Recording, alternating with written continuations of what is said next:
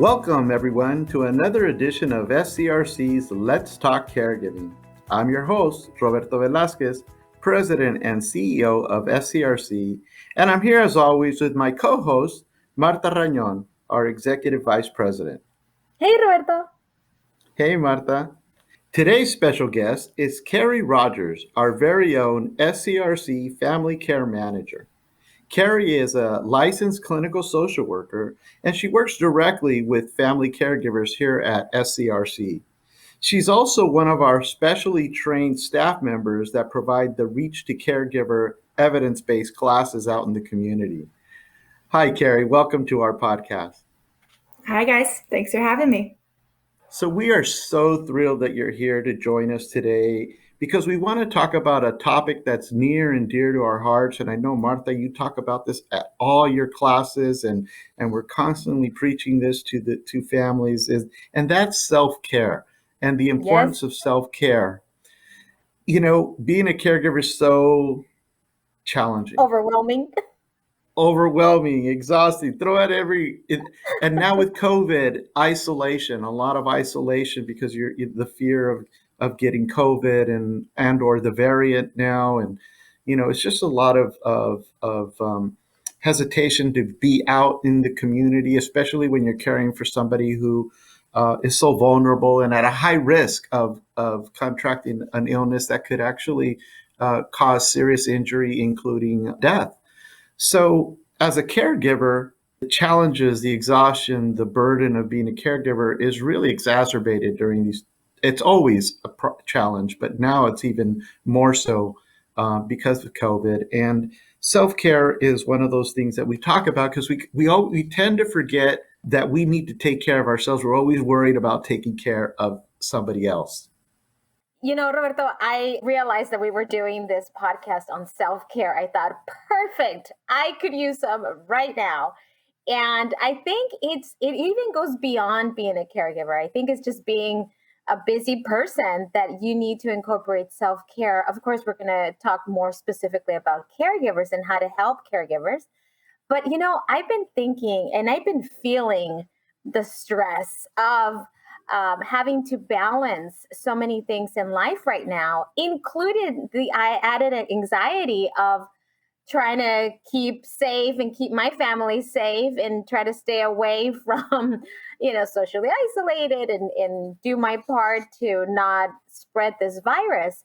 And so that all can wreak havoc on not only physically, but mentally, that can really be a problem that a lot of people experience. So I wanted to hear from Kerry.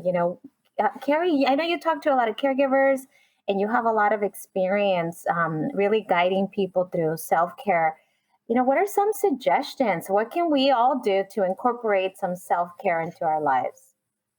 Yeah, absolutely. So especially, I think these last few years have been really challenging for a lot of reasons. And self-care has sort of become a buzzword, and it's very talked about, which is great because we're raising the awareness of the importance of self-care.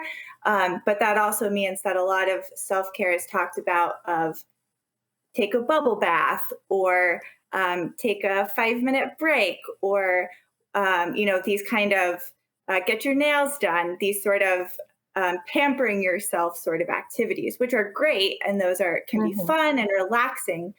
But really, we're talking about effective self-care to manage stress. And we all know our caregivers are very stressed.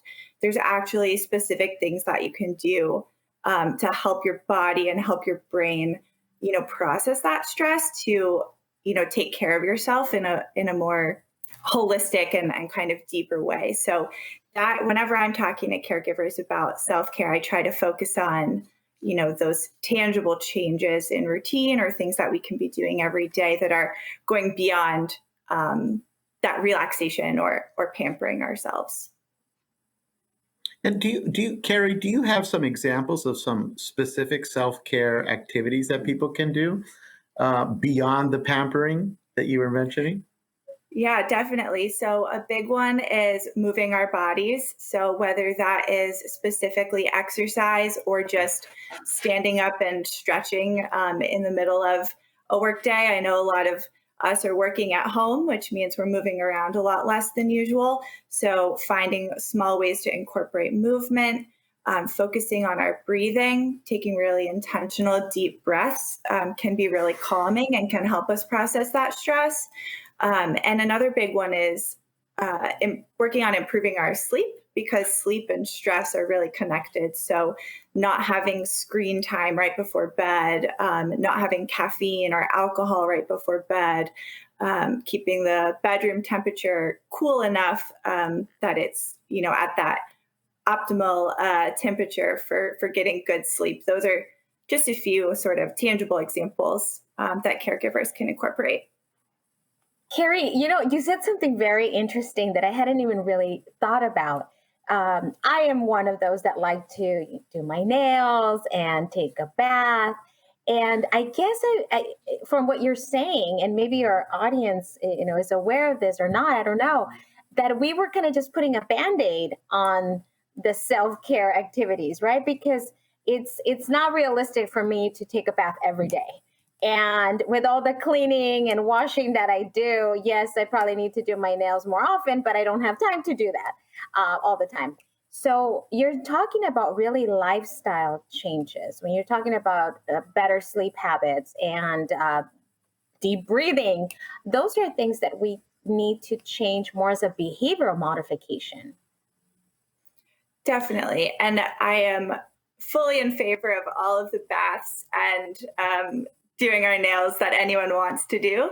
Those things just most likely aren't going to lead to, being able to manage stress better. They might be relaxing in the moment, but the next day they probably aren't going to continue to have that impact, where the deep breathing, mindfulness, getting better sleep can have a longer term impact, just in terms of when something stressful happens, I can manage it better because I'm well rested, because I'm hydrated, because I have these coping skills.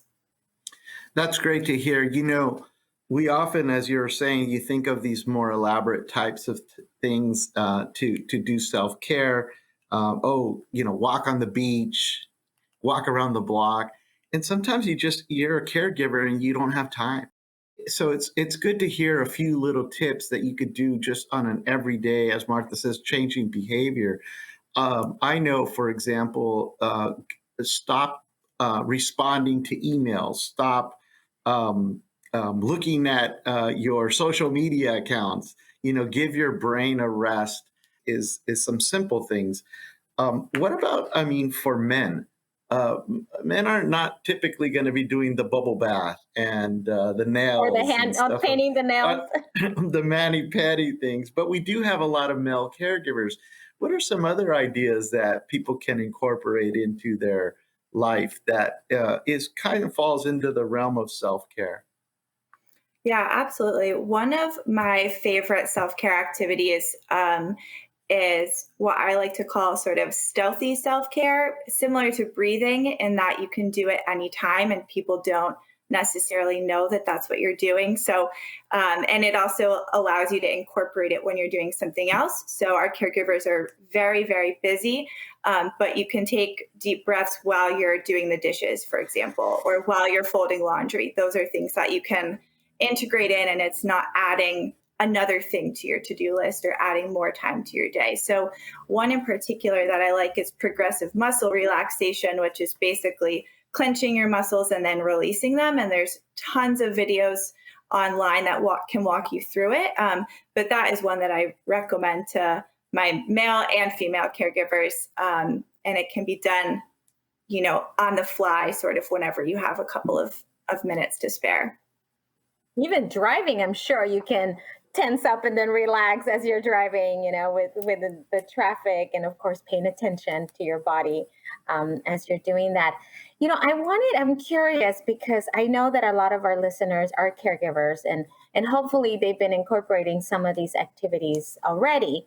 But I also know, as Roberta mentioned earlier in our classes, in talking to caregivers, we really need to learn how to ask for help, because sometimes it's really eliminating those activities that make us stressed. And, we can take all the deep breaths that we want, but if we have a list of, 3 pages long back to back, that is still going to be very stressful. So what do you say to that, Kerry? Yeah, asking for help is really hard for a lot of people. And so I think when I'm talking with caregivers, and especially in the REACH class, we sort of talk about it has to get to a point where you're able to prioritize your own self and your own well-being.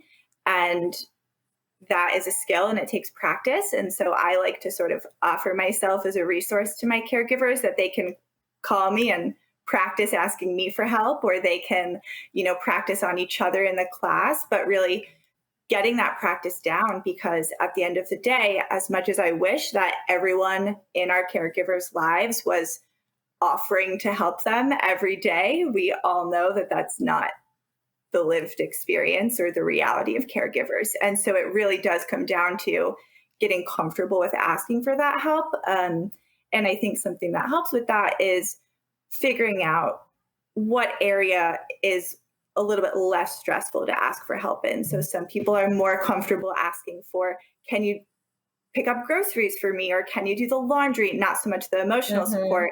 So figuring out, what's less stressful for you. Maybe not even not stressful, but just a little less. Thank you. I want to go back to something that we mentioned earlier about behavior changes and modifying how we do things to incorporate self-care. And I think a lot when I think about behavior changes, I think about, kind of retraining yourself. And the class you just mentioned, the Reach to Caregiver class, that's an evidence-based program that we've been delivering here through Southern Caregiver Resource Center since 2009, actually. And it's a very powerful program because it actually teaches people behavior changes. It teaches people how to better communicate. It teaches how to deal with frustrations, but it teaches self-care. And I think self-care is incorporated into every class, and there's even homework. Can you talk a little bit about that? Because you give homework, self-care homework. I mean, what's that all about? It's true. There is some self-care homework. And really the purpose of that is to have a space to practice. We could talk about self-care all we want in the class, but until you actually flex that muscle, until you actually practice it and implement it in a day-to-day, basis into your life, it's not going to have the same effect. So if we all sat here and did, a yoga class or deep breathing or any of the, relaxation techniques we talk about in the REACH class, that's wonderful. And we do that in the REACH class. But is that going to be helpful to you 6 months from now if today is the only, yoga or relaxation that you've done in those 6 months? It really needs to become a sustained practice. And so having that group get together every week and check in, how is that practice going, can be really supportive. That what you said, I think is important. Practice, right? Incorporating it into our lives. And we always say that, but I think it's just, maybe it's just words that we're not really attaching ourselves to. And if anything, during this period, this pandemic, it taught me that I did need to reorganize myself, but also reorganize what constitutes self-care and what I need to kind of decompress. So even though in the past I may have said, oh, I'm going to go to the spa, I'm going to go get a mani-pedi, obviously those things are not available to me during this time. So what I actually started doing in order to be able to balance, because it's a balancing game, we really just as caregivers need to balance all of our, demands, was really compartmentalizing what needed to happen. So I would give myself a finite period of time, let's say an hour. And during that hour, I was going to clean. And that was my focus. And then during the next hour, I was going to focus on, whatever the task at hand was. And that's kind of how I went through the day in making sure that even during the day that I incorporated some me time. Oh, it's now time for my self-care. And I know a lot of times caregivers feel guilty.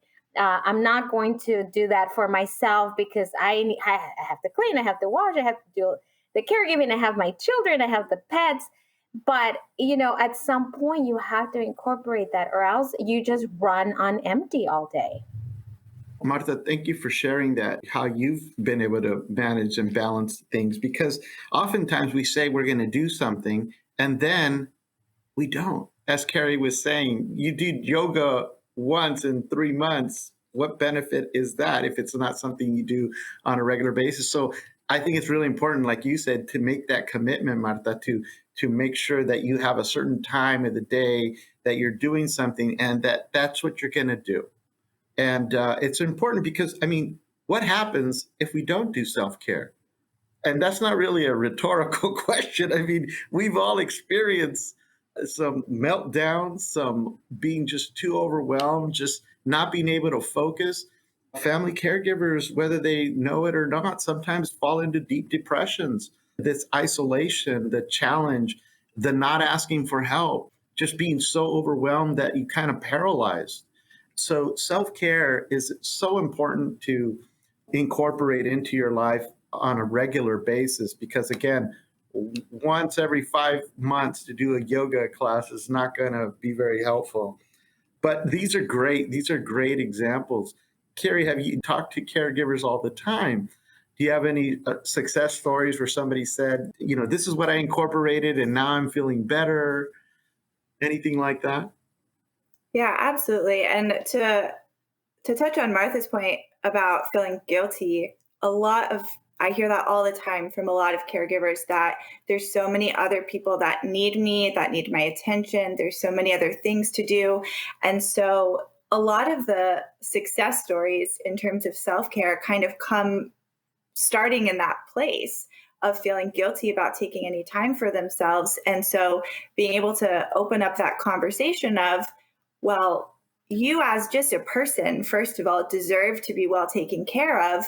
And as a caregiver, you are going to be much more patient, effective, compassionate, calm caregiver if you are able to not be from this super frazzled, burned out place.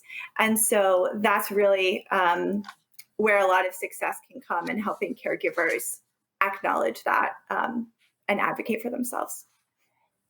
Kerry, I know you're going to share a story, but I wanted to jump in here with what you just said. I have little children right now, and especially during the pandemic where I had to juggle, working and taking care of them and taking care of the house and, all of their needs. I found myself constantly stressed and feeling overwhelmed. And so I actually decided to teach them that I needed to verbalize my needs. And so I told them, hey, mommy needs a break right now. So mommy's going to go sit for a little bit. And as soon as I'm ready, I will come out. And sometimes I just needed literally 10, 15 minutes to not be, have someone dependent on me, but just sit, maybe finish my coffee, and maybe just kind of put a pillow over my head, on my eyes, and, feel the pressure over my, between my eyes and my forehead. And I just, they learned that, and then they actually did something which was really interesting. Hey, mom, why don't you go ahead and take a couple of minutes? We're going to go do this. And then when we're ready, we'll let you know. So they started incorporating the need for me to also take a break. And I thought that was very powerful. Yeah, and that's a really excellent example of you kind of setting that boundary and saying, this is what I'm capable of in this moment, and this is what I need. And boundaries are huge with our caregivers. So I'm always encouraging them to set those and to, make sure they're getting their own needs met as well. Well, and I think one of the things that, as I was mentioning when we started this off, something that's near and dear to our hearts is self-care. And we have something fun and exciting happening really soon. Martha, did you want to share about the self-care? I do, but I want Kerry to tell us her story before we move on, because I know she has a story she wants to share with our audience. Oh, yeah, please. Oh, sure. So in one of my recent REACH classes, I had a married couple who was caring for one spouse's mom. And so she was completely bedridden, needed 24/7 care. And they were just feeling so burnt out and feeling like they both had to be attentive to her 24/7 and just super overwhelmed. And so through being able to connect with other caregivers in the class, as well as begin, implementing those little changes, just drinking some extra water so that we're hydrated and, eating a little bit better, going on some walks, taking those breaks to do meditation or stretching. They really, you could see them sort of transform over those 4 short weeks, that they were able to take breaks. They were communicating better with each other. They were able to really manage things a lot better, and ask for help, which then sort of kicks off this positive spiral where they're then able to better take care of themselves, which then allows them to get more self-care and be even more, the type of caregiver they want to be. So that was a recent success that we had with our REACH class. And I want to encourage our listeners to incorporate some of these activities that we have been talking about. And if you don't know where to start, and maybe you have, or been feeling overwhelmed by which self-care activity to begin, let me encourage you to participate in our upcoming self-care challenge. To all of our listeners out there, October 13th through 22nd, if you sign up and open a page, you can go to our website, SCRC.care, and there you will be guided on how to set up a page. It is a fundraising event, but it doesn't cost you anything to participate. And the beauty about this is that during that time frame, you will be given emails with activities, self-care activities that you can incorporate. And they don't take a lot of time or a lot of, commitment, just a couple of minutes, just a simple activity that we could all use to really ease some of this burden that we're all feeling and alleviate some of the burnout that we are experiencing. So hopefully everyone can join our self-care challenge October 13th to 22nd. That sounds like a lot of fun, Martha. In fact, it'd be neat for our listeners who do get into the challenge for them to maybe post some of their videos of some of their self-care activities in this challenge and get some likes on that. That would be a lot of fun to see what people are doing. Well, that's all the time we have left for this edition of Let's Talk Caregiving. To hear more of our podcasts, follow us on your favorite podcasting platform or visit us on our website at scrc.care. I want to thank Martha for co-hosting another important discussion, our guest, Kerry Rogers, and our audience for tuning in. If you're providing support to a loved one, you don't have to do this alone. Asking for help is not a sign of weakness, it's a sign of strength. To connect to our programs and services, visit our website at scrc.care or call us at 1-800-827-1008. If you reside outside of San Diego and Imperial counties, you can visit us at caregivercalifornia.org and find the Caregiver Resource Center throughout California who serves your area. To support our efforts and make a tax-deductible donation, please go to scrc.care and click on the Donate tab. And remember, SCRC is here for you, Caring for those who care for others.